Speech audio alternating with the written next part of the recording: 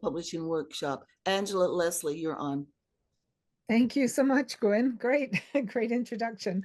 Um, okay, so it's a pleasure to be here today. I haven't taught this before, by the way. I have just been doing it. I've self-published 4 books, and I've lost count of how many friends I've helped do their own self-publishing. And those of you that are writing, any in here, has anybody got a published book? Any of the people present? Okay, so a few of you have already. So there's basically 3 ways to publish, right? You've got the traditional route, which requires an agent and a whole bunch of hoopla and hoops to jump through and all of that. And then the next avenue is hybrid or vanity press, which basically they're kind of very incestuous. I'm not really sure where one starts and the other ends, but they're kind of a mishmash. My take on them over the years has been that they're basically going to help you self-publish for a lot of money. People will usually spend at least $5,000, sometimes a lot more, to have somebody do what I'm going to tell you about today that you can do for yourself for free. And it'll cost a lot of money.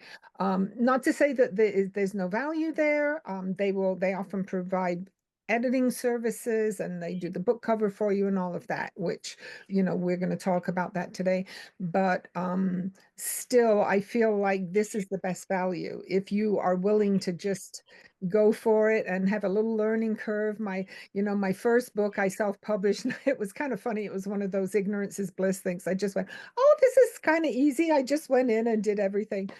And then each time I've published a book, I've kind of gone down the rabbit hole a little bit deeper with the process, and found out, there's a lot of ins and outs and whatnot. So I'll cover some of those today. Some of these subjects, I could spend a whole hour talking just about that subject.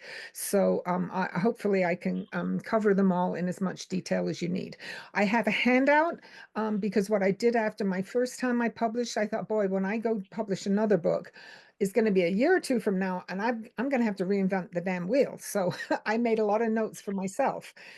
So I've kind of got that. I reworked it a little bit, and I've got some resources in there, some books to read, some websites to go to, people to contact, that kind of thing.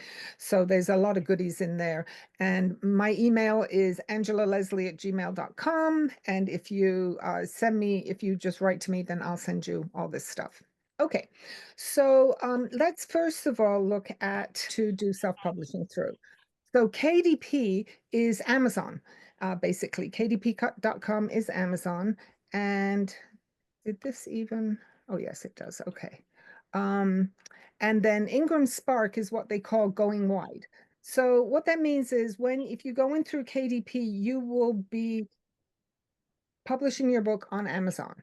And I'll show you there's a couple of different ways you can still, if you want, also publish on Ingram Spark. But sometimes if you check the right boxes, then Amazon has you all to themselves. Which is actually what I choose to do. So if you look at the fact that Amazon sells 80% of the books, and that's like kind of globally, it's not just in America, that's all over the place. So they have the large share of the market. But if you feel you have a book that has wide appeal, that might be picked up by libraries, that might end up in bookstores, maybe, who knows, maybe airport bookstores, wouldn't that be lovely? If you feel like you've got a book that has that kind of reach, then you want to look at also publishing on Ingram Spark, because it has, again, this is a subject I could totally go into for an hour, so I'm going to try and do it as succinctly as possible and not spend too much time on it. All right, so let's look at ebooks. So for your ebook, everybody suggests that you definitely publish that through Amazon, through KDP. That is the easiest, it's the best. Also, I seem to remember reading something that Amazon, like if you're going through them, your book has it doesn't go to the bottom of the pile as much, kind of thing. So anyway, it's definitely the preferred way to publish your ebook. When it comes to paperback, the basically the here are the royalty schedules down here. So the paperback for Amazon and the paperback for Ingram Spark, your royalty figure for Amazon is 60%, 70 for Ingram Spark, and then out of that, they will also subtract the price of the book, the printing cost of the book, which is what they've got over here. So you'll see that even though Ingram Spark gives you a higher royalty to start with, the price of their printing costs are higher. So you kind of it's six of one, half dozen the other, right? I'm going to tell you in a minute why it's still preferable for paperback sometimes to go with Ingram Spark. But when it comes to the money, it's kind of a wash. Um, ebooks, they're showing they're the same. I'm not going to get into that. Honestly, there's actually some confusion about the royalty things can be pretty complicated, but for the most part, they're pretty close. But the reason that you might choose to also publish through Ingram Spark. Not only do they go out to Apple and Kobo and Barnes and Noble, when somebody, say a bookstore or a library, wants to request your book, they want your book.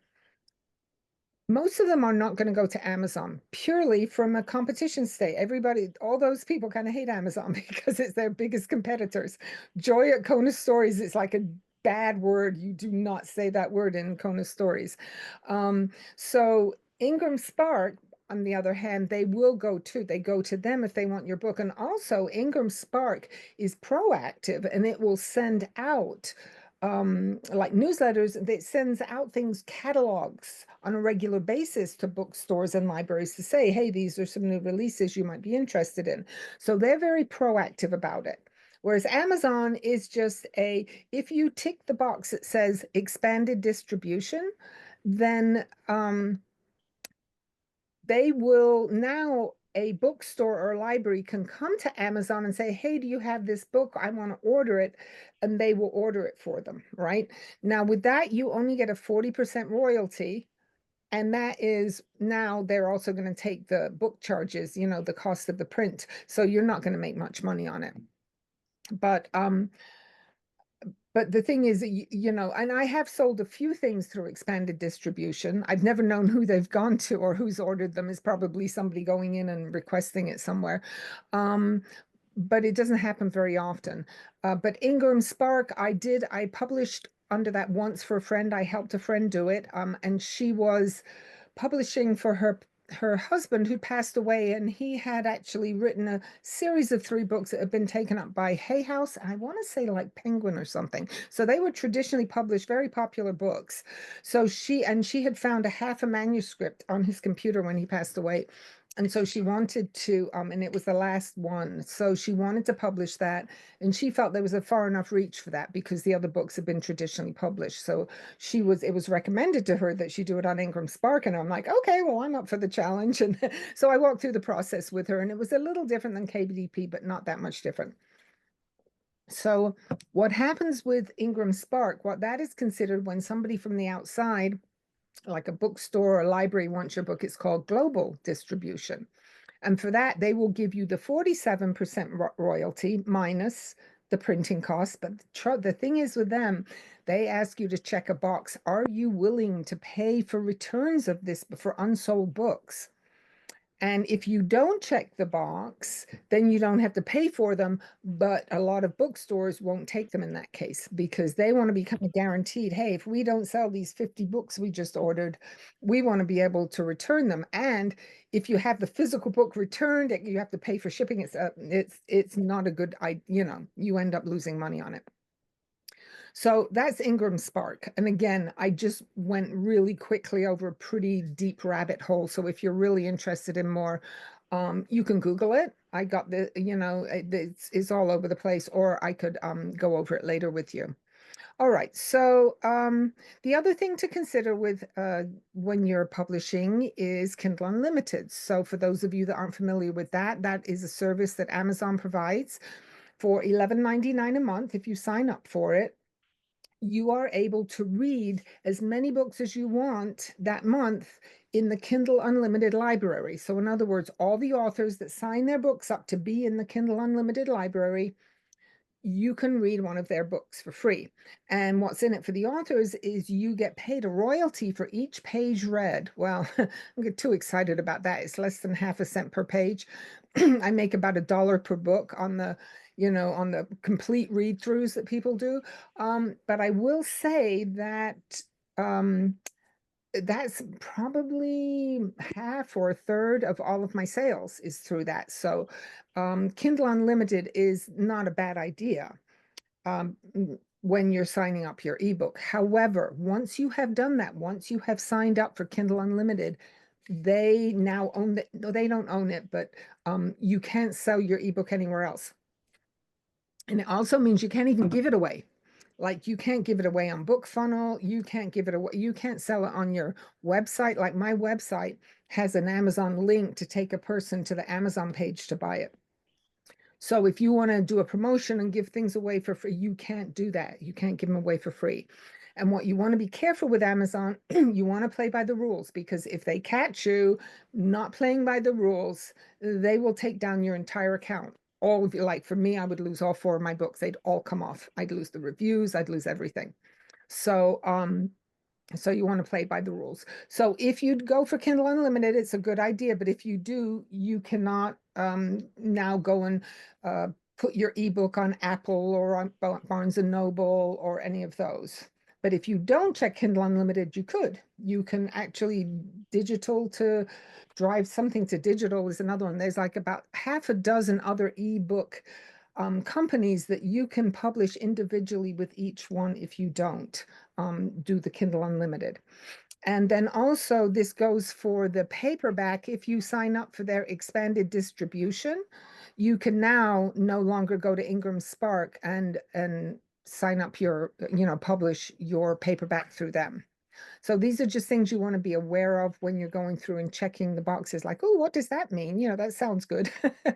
And these are things, by the way, I've learned kind of the hard way over the years that I've been doing this. All right. The only other thing to consider here, this may seem minor, but it's not uncommon for us to find errors in our books later, or maybe we want to do a complete revamp. I know I'd like to go back and rewrite my first couple of books. When you publish anything with Amazon, you can unlimited times go in and change the manuscript, change the cover. You just can't change the title. If you change the title, it's a brand new book. You lose all your reviews. You start from scratch. But if you go in and change, you can change those as many times as you want. In Ingram Spark, you have to pay after 60 days, you have to pay. All right. So the next thing, let's see. Oh no, that's not going to work that way. Hang on, sorry. Here we go. So, oh, hey, Margaret. So let's see. Let's do, Angela, sorry to be late. My son called. no worries. No worries at all. Oh, shoots. Isn't this weird? It's picking up all the wrong things. It's so weird. Hang on a second. I'm having to keep going in the, there we go. Everyone see that all right? So this is just kind of the list of things I'm going to be going through today. I'm going to be talking about, and I can send you this. So, and I've kind of done these in the order that I do them when I'm getting ready to publish my book, because there is a reason for it. There is a reason to do the cover right away and all of that.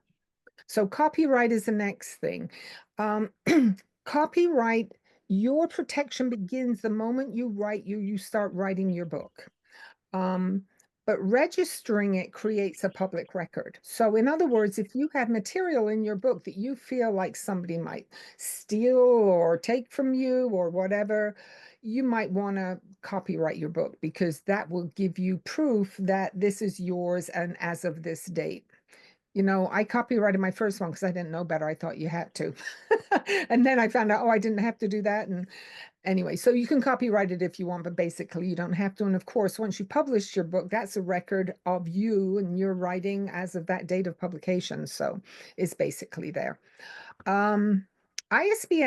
All right. So we need an ISBN for our paperback book only. You do not need an ISBN for your ebook or for your audiobook. Now, if you know you're just going to publish on Amazon, then if you want, they will give you a free ISBN. That's a part of their service. Of course, there's always a caveat, right? So you can get their free ISBN, but you cannot use that anywhere else. So if down the line, say 2 years later, your book is doing really well, you're like, you know what, I think I'm going to publish on, I'm going to take off the expanded distribution and Kindle Unlimited, and I'm going to go on to Ingram Sparks and other places. You cannot use that ISBN. Now you're going to have to get another ISBN in order to publish there, and then they're going to republish that copy on Amazon. Now you're going to have two copies. It gets complex with the reviews. They don't mix, and it can get very, kind of complicated. So if you think there's any chance you're going to want to publish through Ingram Spark in the future, buy your own ISBN. I don't plan on ever doing that, but I do. But after my first book, I got the freebie on my first book until I read all this stuff. And then I went on to Bowker.com. Again, this is, I'm going to have all this information. I can send it all to you. But you go in there and you can buy like 10 ISBNs relatively inexpensively. It's about $300. And then you just assign, and I've in the handouts I'll send you, there's a complete process of how to assign the number. Again, I did this for me because after I went through it the first time, I'm like, ooh, that was a little complex. So I wrote it all down literally step by step so that I would know what to do. So I have that for you if you want it. And I would suggest doing that because you can use that now on Amazon. So now when I go into KDP, I use that ISBN that I bought on Bowker. But if I want to later on, if I do decide I want to publish my books on Ingram, I can now use that ISBN because I own it. It's mine, it's not Amazon's. Okay, so that's the deal with ISBNs, relatively easy. Editing. So I think this is worth mentioning. One of the things that everybody agrees on okay, so I'm in quite a few Facebook groups on editing and fiction writing and all kinds of writing and whatnot. Everywhere you go, everyone agrees basically you can advertise till the cows come home. You can promote, you can have the glitziest website, you can have all the best of everything. But if you don't have a good product, it's like any other product. It's just not going to make it, right? It's going to get poor reviews, and before you know, down the toilet. So you want to make sure that your manuscript is the best it can be. I've gone through a learning curve with this because there's a lot of different editors out there. And of course, they all talk a good game, and some are really good and some are not so good. And I found that out the hard way with my Hawaii book. My first one, I had somebody offer to do it for $700, and she'd done it before and blah, blah. Yeah, I had to turn around and pay $2,000 to have somebody do it afterwards because I realized that it wasn't what I wanted. It wasn't quite where I wanted it. So, that lady that I used for that book, I put her information in the thing I'm going to send you. If you're looking for a good editor for nonfiction, I highly recommend her. I'm using somebody else for fiction books now. There are different types of editing, which you may or may not know. The two basic ones are developmental and line editing. So you want to get a developmental edit first. And what they'll do is they'll take your manuscript that you think is all done and ready to go. And you're like, oh, great, right? And then they look at it and they say, this character needs more work. Or if it's a nonfiction book, you still look for character arc, even in a nonfiction book. Or they might say, your scenes need a little work, or, so it's that kind of, it's editing from a much bigger level. They're not looking at where the periods and the commas are yet. And then when you come to line editing, now they're looking for the periods and the commas and the grammar, and they're making sure that it's all spiffed up like that. So now you've got how many times have you read a review that says, oh, this author can't spell? The words are misspelled, or the commas were terrible. I got to admit, my first book I didn't edit, and I don't know, I've gotten really lucky. I know that the commas and the periods were terrible, but people were kind. I didn't get a lot of nasty reviews. But it's a really good idea to really make sure your manuscript is as good as it's going to be. This is where I put my money. So rather than paying a company $4,000 or $5,000, and they may have editors, but I don't know who those editors are, if they're any good. You hear good and bad things with these hybrid or vanity presses that are charging anywhere from $5,000 to $10,000 to publish your book for you. And oftentimes they will run it through an edit. But for me, I kind of like having the control of that. And I figure since I'm not paying anything to self-edit, I'm going to pay the money for a good editor. Like I'm paying $2,000 for my new book that I just finished, and I just sent it off to her. So because I'm not paying for this for another press, I can pay for that. That's my biggest expense actually, is the editing. But of course, it's your choice. You don't have to, or maybe you got a friend who will do it for you. There's always that. So then we come to formatting. So now your book is all edited. You've got it all, the story or the how whatever it is looking really good to you. Now, when you submit it to Amazon or to Ingram, wherever, you're going to download the file, and each of them has strict standards of what that needs to look like. So what are the margins, the header and the footer. Even I think on Amazon, it's like the paragraphs have to be indented, and they don't want to see a space in between paragraphs, and stupid things like that. And then if it's not consistent, maybe there's tabs and maybe some of them are a couple of spaces and it looks like a paragraph, but it's not, that will pick it up. Oh my God. So my first book, I thought I was going to be clever and just do it myself, right? Because you go on to KDP and it tells you this is how you format your manuscript. I'm like, oh, that shouldn't be so bad. Oh my God. So that got sent back to me at least a half a dozen times. And it was the biggest hair tearing out part of the publishing process, was the formatting. So the next book, I happened to find a guy on one of my Facebook groups who did formatting very inexpensively. I'm like, please. And so he does all my work now. I've sent him so many people. He's fabulous. So Robert Harrison, his name is in the material I can send you to. I've got he's got a website. He charges 65 for fiction and 85 for nonfiction to format your book. And that includes a proofread. He'll go through it one time and proofread, make sure there's no obvious spelling errors. He's not going to do a line edit for you, but he's going to catch any kind of obvious errors in it. And he does Angela, $65 or 6,500? for fiction, $65 for fiction, dollars, that's all, and 85 for nonfiction. That's great. It is great. So here's an example, and this is the kind of thing he'll do. See my little chicken? This is my chicken boots book. And so he put a little chicken for me at each of the paragraphs. And then on my Hawaii book, he did he did a hibiscus flower for me. So he'll do stuff like that too, like make it real stuff that I could not be bothered with that. So there was no way. I had a hard enough time getting all the indents right. So he does a really beautiful job with that. And I've sent a lot of people. If you want to do it yourself, so formatting is something that some people like to do themselves. In fact, that was one of the things that Bruce was going to talk about if he was here today, because he knows how to do formatting.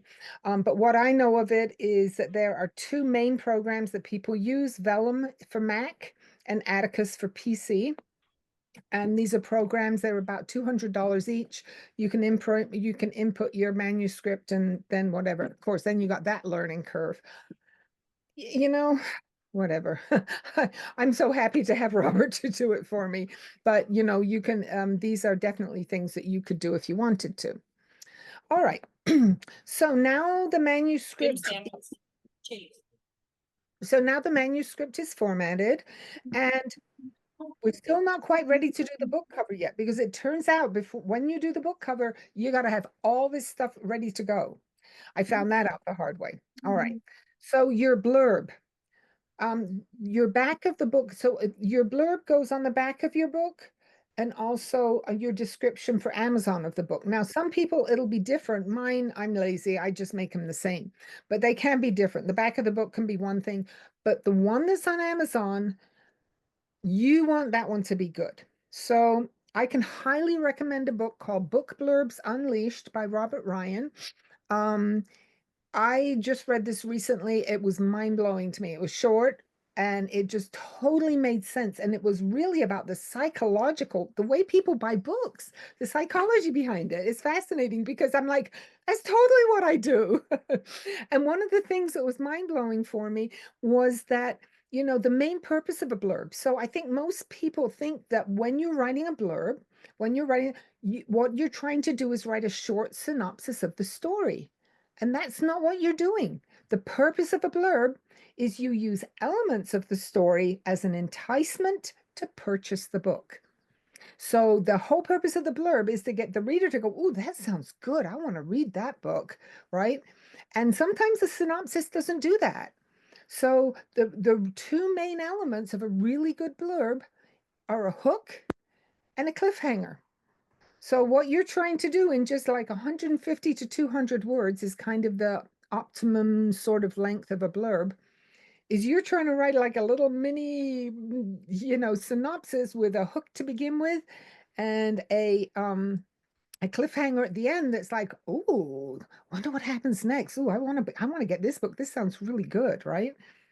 And one of the things he talks about is the sales funnel, which I thought was fascinating because this is totally, so the sales funnel is how readers buy books. So the first thing that is going to attract somebody to your book. Now, I'm not talking about Aunt Sally or Cousin George or your brother or somebody who's got to read your book or they know about it through whatever, right? I'm talking about those people have all bought your book and now you're hoping other people are going to buy it too.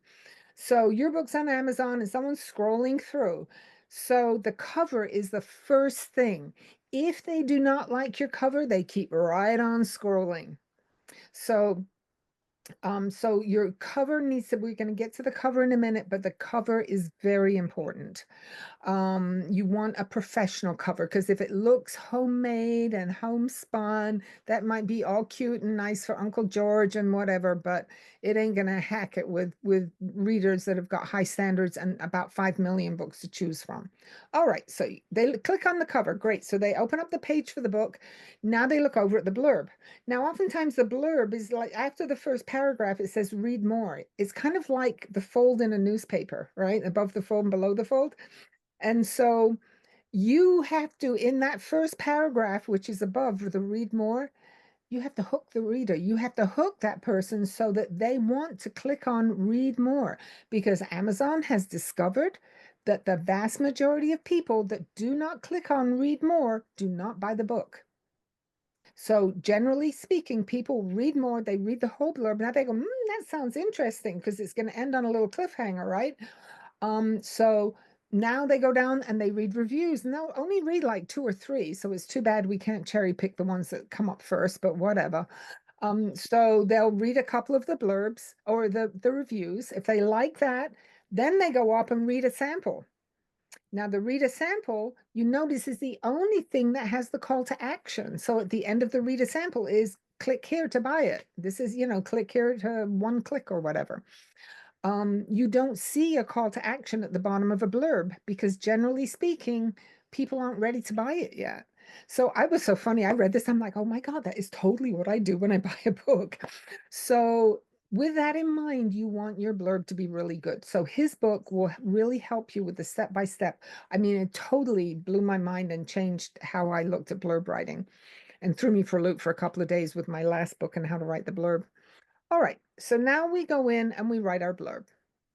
So now we are ready for the book cover because once the formatting is really important because after the book is formatted, we know how many pages it is and how many pages it is affects the spine width.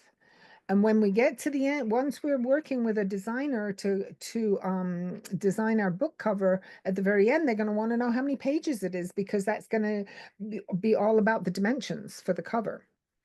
Found this out the hard way.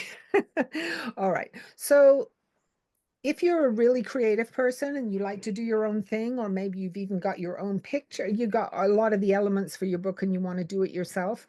I've heard people that have had really good luck with Canva. So canva.com, I think it is a place for creative people to go in and do their own book covers. That's not me. That's not my superpower. So Fiverr is another place that sometimes people will go, and this is a place that has individuals, designers. Here you can get formatting done too. All kinds, actually, there's all kinds of different services they offer, but for the book industry, you can get a lot of different services, and people will sometimes come in with $10 or 25. They'll do it really inexpensively. And I've heard of some people having good luck with this. The only problem with that is you're working with one designer and you're working with their idea, all their ideas and nothing else. What I have used for all of mine, except for my first book, is 99 Designs, which is an imprint of Vistaprint. So 99 Designs does a cover contest and you can sign up. It is like $399 for a paperback cover and a Kindle cover or an ebook cover. And then they don't say this, but at the end, I just ask the designer, can you give me an audiobook cover too, please? And they'll just throw that in. So you can get all three covers for $399. So what happens is you sign up for it, you go in and put all your information in, you pay your $399. If after the contest takes like 10 or 12 days, after the first 3 or 4 days, you have the option, you get to decide, I'm either going on or I don't see anything I like here, I want my money back, and they will actually refund your money. I've never had to do that, but that's, an option. So what happens once you put your information in is it goes out to, I don't know, the world, because literally, these designers are coming in from all over the world. You can tell because some of their designs come in the middle of the night. But they all start submitting, and it's so much fun. Like I get up in the morning and get on my email, and there's like, oh, you have 3 new designs, and check this one out, and so you get to go in and look and I've turned a lot of people onto this too, and they really enjoy the process as well. So and you check the ones you like. You can go to this design, like I like this one. Can you make the background blue? Let's make the type of and have them tweak it. And there's like 3 different steps to it. You can go on the website and check it out. But so after the first 4 days you commit, and then after that you have to pick 6 designers, and then after that you kind of fine tune it. And I've just had some really beautiful, very professional looking covers. I've just been so thrilled with that. And sometimes they just come up with stuff totally out of the blue that you never even thought about. So it's kind of, for me, it's kind of fun to have different people, having different ideas. So your book cover now, you've got that out of the way. You've got that file ready to go. They'll give you all the files you need. Now you might want to think about getting some book cover mock-ups for advertising. Okay, I'm gonna try this again. I don't know why this sharing isn't liking me, but we'll see. Let's see if it'll do this one. There we go. So this is an example of a book mock-up. Basically, they just take your cover and they put it on a pretend book. And this is what you'll use for advertising. You can use it for promotion on Facebook, Instagram, whatever, or however you choose to use it. All right, so that's the book cover mock-ups. Then we go to keywords and categories. Would you guys like the list up there, or would you prefer not? Is the list good, or do you care? List Don't. is helpful. List is helpful. Thank you. There we go, Margaret. All right, let's see if they'll pull up the darned list again. Here we go. Let's see. Looks like it's working now. Okay, good. So now we come to keywords and categories. So these are really important because these make up the keywords anyway, make up your metadata, which you've probably heard of. Is one of those scary words that we're like, yeah, I know, it's kind of the behind the scenes stuff. So this is how people will find your book on Amazon. So when I did my first book, I just went in and thought, oh, I just get to be creative here. Let's see, it's a book about hiking. So I'll do hiking, and then it's a book in Spain, and and I thought they had to be just single words and you get 7. So I came up with 7 individual words I thought would be fun keywords. Dear God. So anyway, turns out there's a whole science behind it. And I discovered this, it's not an app, what do you call a program called Publisher Rocket. Now this does cost $200. I think it's $199. I'm going to give you I've got it pulled up so I can show you. So with this, what happens is, what I discovered was that, oh, here we go. Oh, I'll be darned, this is working, giddy. Okay, so what you can do is put in a search keyword. So I started with hiking. So when I put in hiking, it came with all these options, right? So some of these things are obviously things people can buy, boots and umbrellas and all kinds of things. But for a book or just whatever, I look here and oh, it's not showing over, unfortunately. Oh, I don't know where you guys, the people are, but all the people are over. There's a column over here. That's okay. Okay, so I wonder if this will work if I do this. Nope. So for hiking, we've got estimated searches per month, about 764. And I can tell you that over here is another column, and it was red too, and it was its competitive score. And the competitive score for hiking was 79, and it was red. Now, hiking book came up with more searches, and it was in gold. It was like 50. At 50 and over is in gold. So that's like metsu as far as the competitive score. I'll explain it in a minute. If you go to hiking books for women, you get 501 searches per month, and it's a 26 competitive score, which is green. That's like the ideal one. So rather than just hiking, you go hiking books for women, because the competitive score is going to say, you know, this market, there's only like 500 books in this market versus the hiking market, you've got like maybe 20,000. Not only, you know, it might be shoes and everything else might be in that category. And the hiking book even has more searches per month, but again, hiking book is going to bring in, you know, all kinds of, anyway, it's a more popular one. So you're looking for the green. So let me tell you, this is one deep rabbit hole. This website, I can get lost out for a couple of hours when I'm trying to find keywords for my book.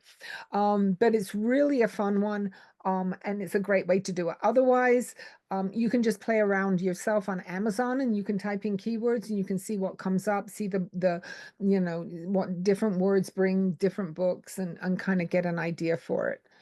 Okay, stop share. Let me bring the other thing back up again. There. Okay.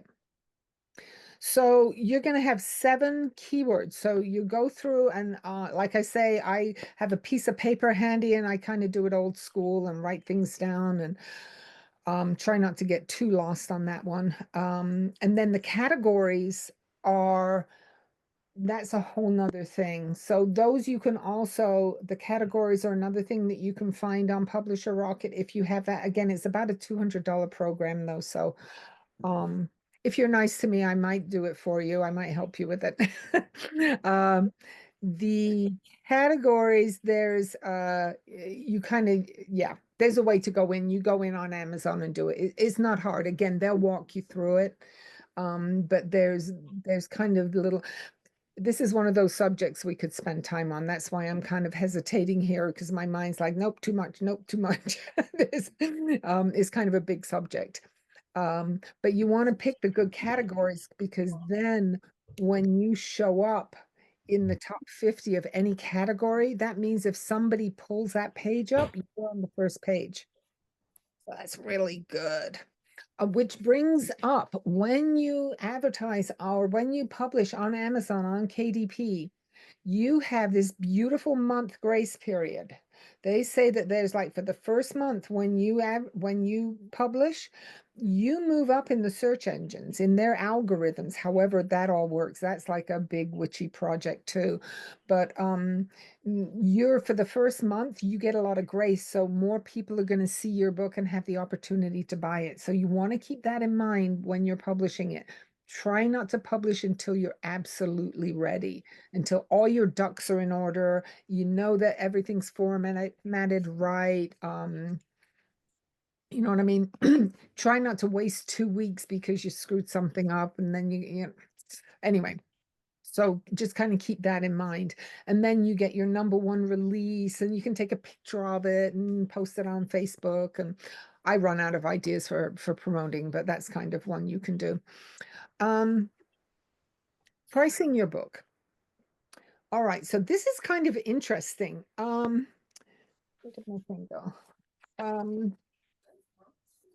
When you're pricing your, I just got lucky with this. When you are pricing your ebook on Amazon, you want to go between $2.99 and $9.99. Again, I've got this written down in the handout I'll send you. Within that window, you make a 70% royalty.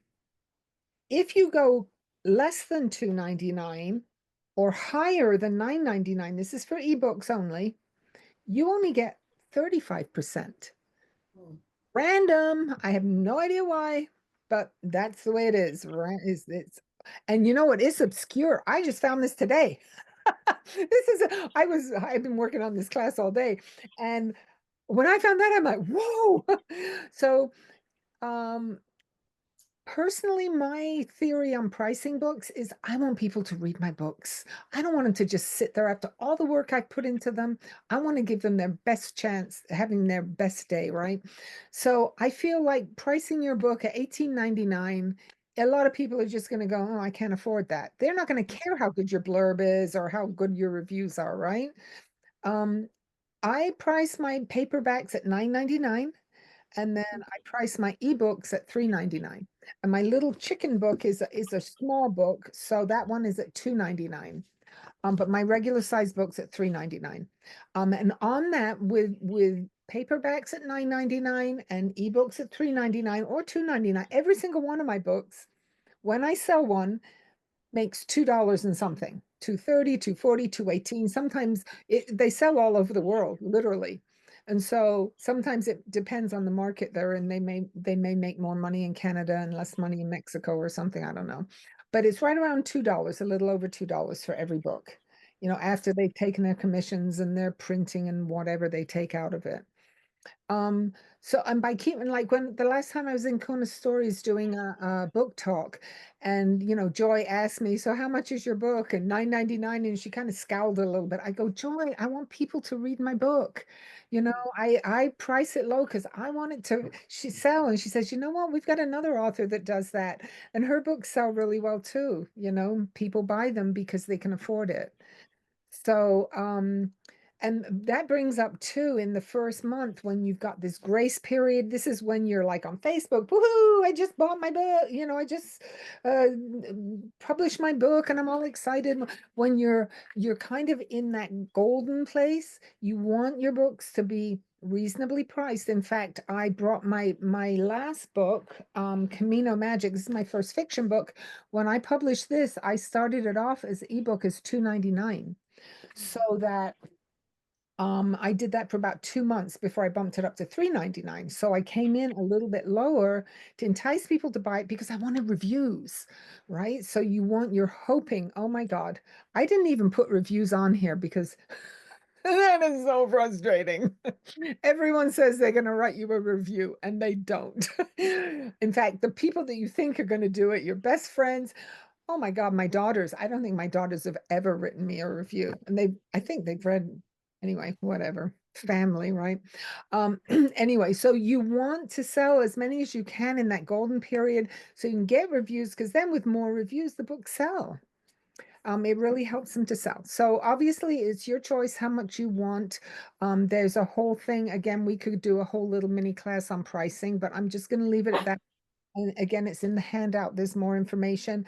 And I'm really happy after the class, guys, if anybody wants to contact me personally, send me an email. I'll call. We can talk on the phone, do a little mini Zoom or something. I'm happy to go into things deeper in, share more with you. And I'm not an expert.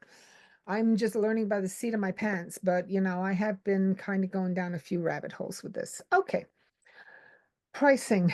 Oh, Scrivener. Oh, that's just that's a nice program for writing. Audiobooks. I've done one audiobook. My first book was an audiobook. My personal feeling on those is that they're the way of the future. I feel like that's where we're going. In fact, last year, I just know this because I just did my taxes, that my audiobook, I almost made as much money on that as I did all my other books combined. Hmm. So, and that's only one book. Now that, yeah, that's my first memoir that I wrote. So it cost me about $2,000 to do it because again, you have to do it professionally. And I love audiobooks, and I do not, if I don't like the person's voice or it's crackly or something's going on, I can't listen to it, right? I feel like that really has to be on. So I did read the book myself, but I had it done at a professional studio. And I could write a book about that story. It was funny as hell. Um, trying to do it in my house, my dog's jumping off the thing and the refrigerator turning on, like you can hear every friggin' thing in the background. I tried to do it in my car. It was falling off my lap. Oh my God, it was like a comedy of errors. Anyway, so but I finally found somebody here in Kindley who had a sound studio. They do for music and they did it for me and they did a great job. So and I actually have a whole thing.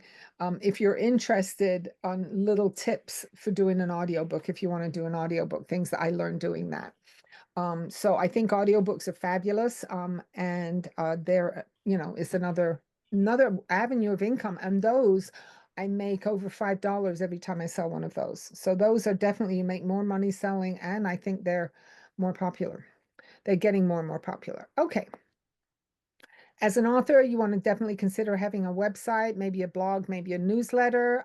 I've done my own website. I like Squarespace. WordPress is another popular thing to do a website on.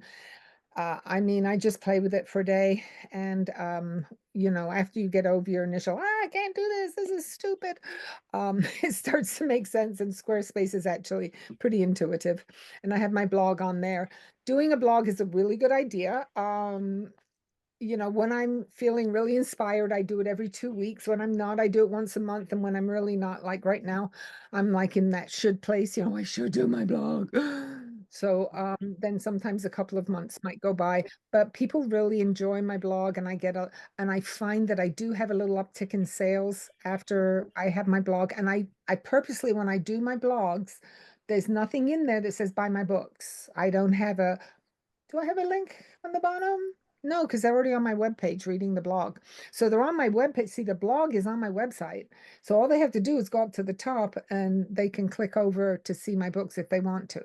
So, I think you have to be careful about not bombarding people with buy my book. I think that gets irritating after a while. Newsletter is a great idea, and that's another great idea that it's kind of like yoga for me. Oh, that's such a good idea, but I just never do it. But I'm thinking I keep hearing over and over again people saying that newsletters are one of the best, they're still one of the best ways to get new people in and reading. So that is going to be when I'm not quite so busy, I'm going to work on doing that. And the last thing I'm going to finish with, I'm sorry I'm talking fast. This is just a lot of information. And I want to leave time for a few questions. And again, some of these subjects we could go into in deeper. If you wanted to, I could do more on another day. Amazon ads. So one thing I would recommend highly when you when you publish on KDP, once you've published your book, immediately go to advertising. And again, I can help you with how to find all of this if you need, and make yourself a pay-per-click ad. So a pay-per-click ad is just what it sounds like. You don't pay unless somebody clicks on your book. So when you pull up a book page for Amazon, you know how there's like underneath the book and the blurb, there's like a little thing of books like you might like this. People who bought this also bought this, right? Oftentimes you'll see there's a little word sponsored there. And that means that those are pay-per-click ads. So when you see those books, if you click on it, you pull up that page, they now pay for the author pays for that ad, but they don't pay for it otherwise. So I put in a pay-per-click ad for every one of my books after I publish them, and then I just leave them sit.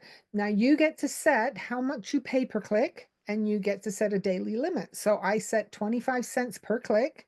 I think they want you to put in 40 cents, but I don't. I go in, I change it to 25. and then $1.50 a day. They like, oh, most people have good success with 40 and then, $10 a day. I'm like, yeah, right. I did the math on that real quick for 4 books. That's not happening. But I've never really gone to the full limit for any of my books, maybe once or twice. So usually it's just a couple of clicks here and there.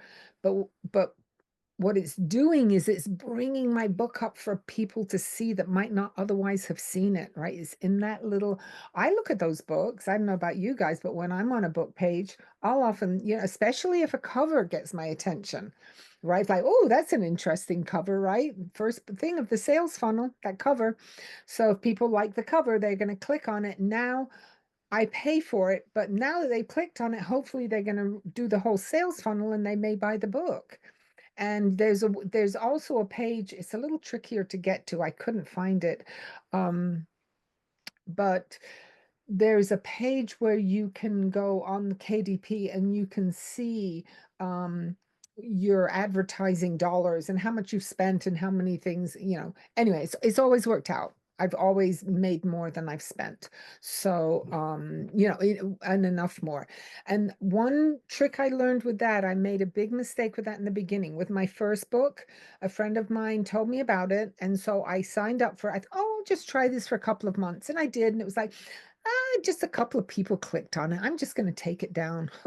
So then a couple of years later, she's got like twice as many reviews as I do, and she's selling more books. And I'm like, what's going on? She says, well, I think it's that sponsored ad. I never took it down. And the longer you're on it, the more you get up to the front. You're the first book, right? So the trick is to put it on and leave it on, because Amazon, the algorithms kind of reward that by bringing, because that's the main thing we want, is to be at the front of the line when people are looking at books. So I strongly recommend that, and especially because you can set your limits and you can change it at any time. You can go in and change it if you want to.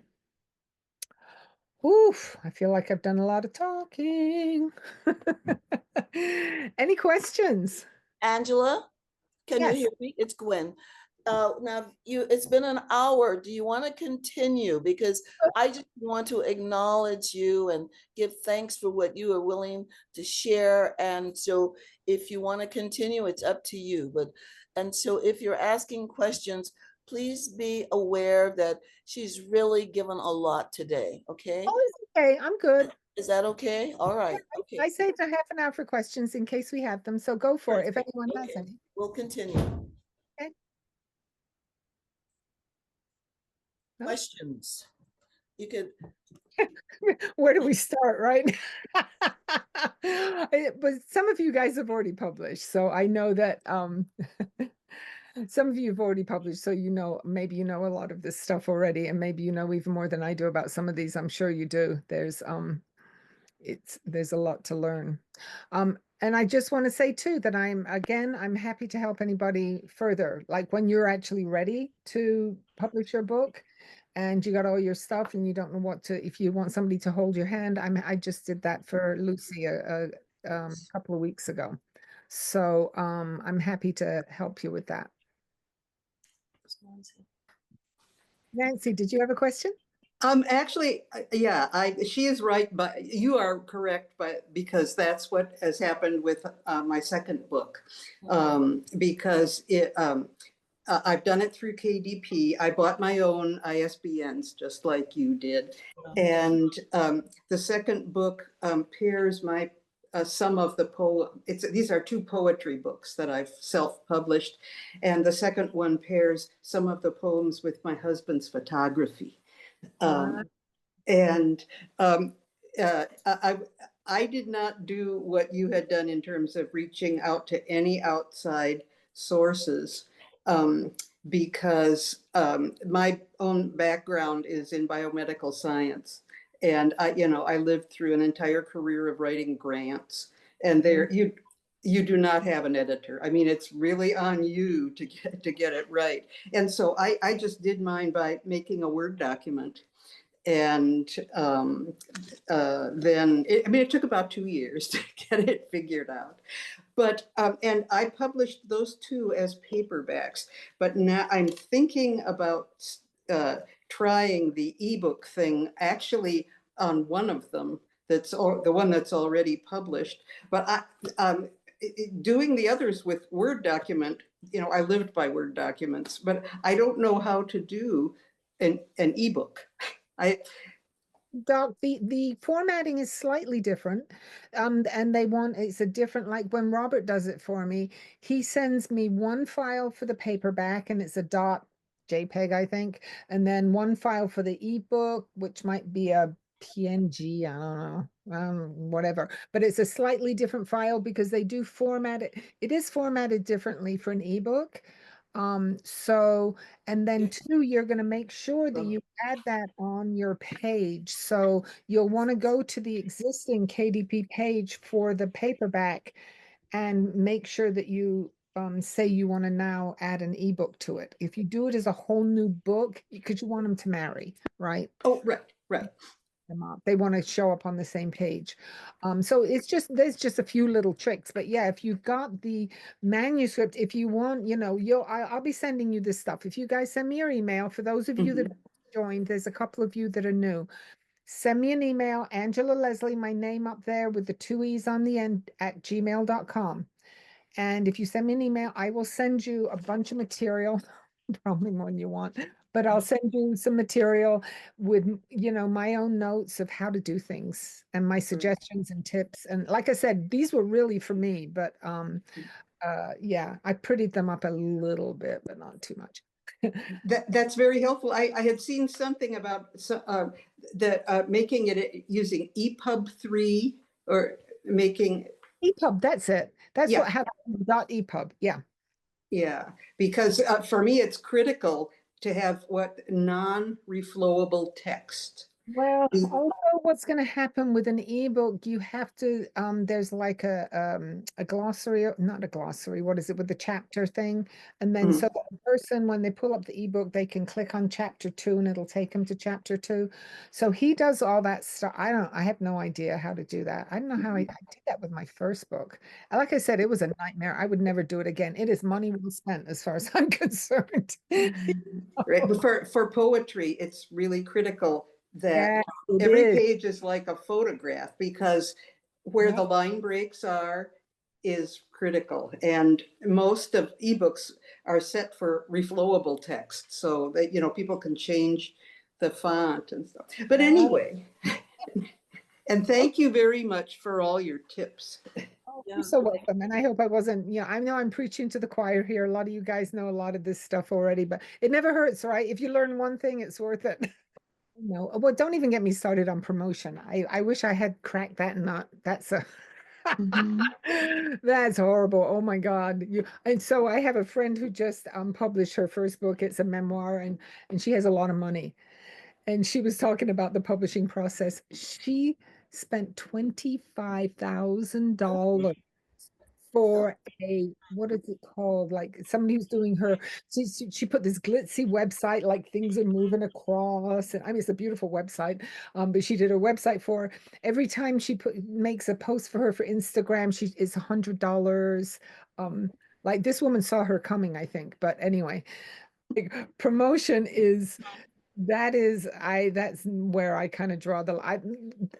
I figure for me, I do what I like to do. So I like to write too, which is why I thought, well, I can do a blog then, do a blog. That works. That's a promotion thing I can do. And I think that has worked for me.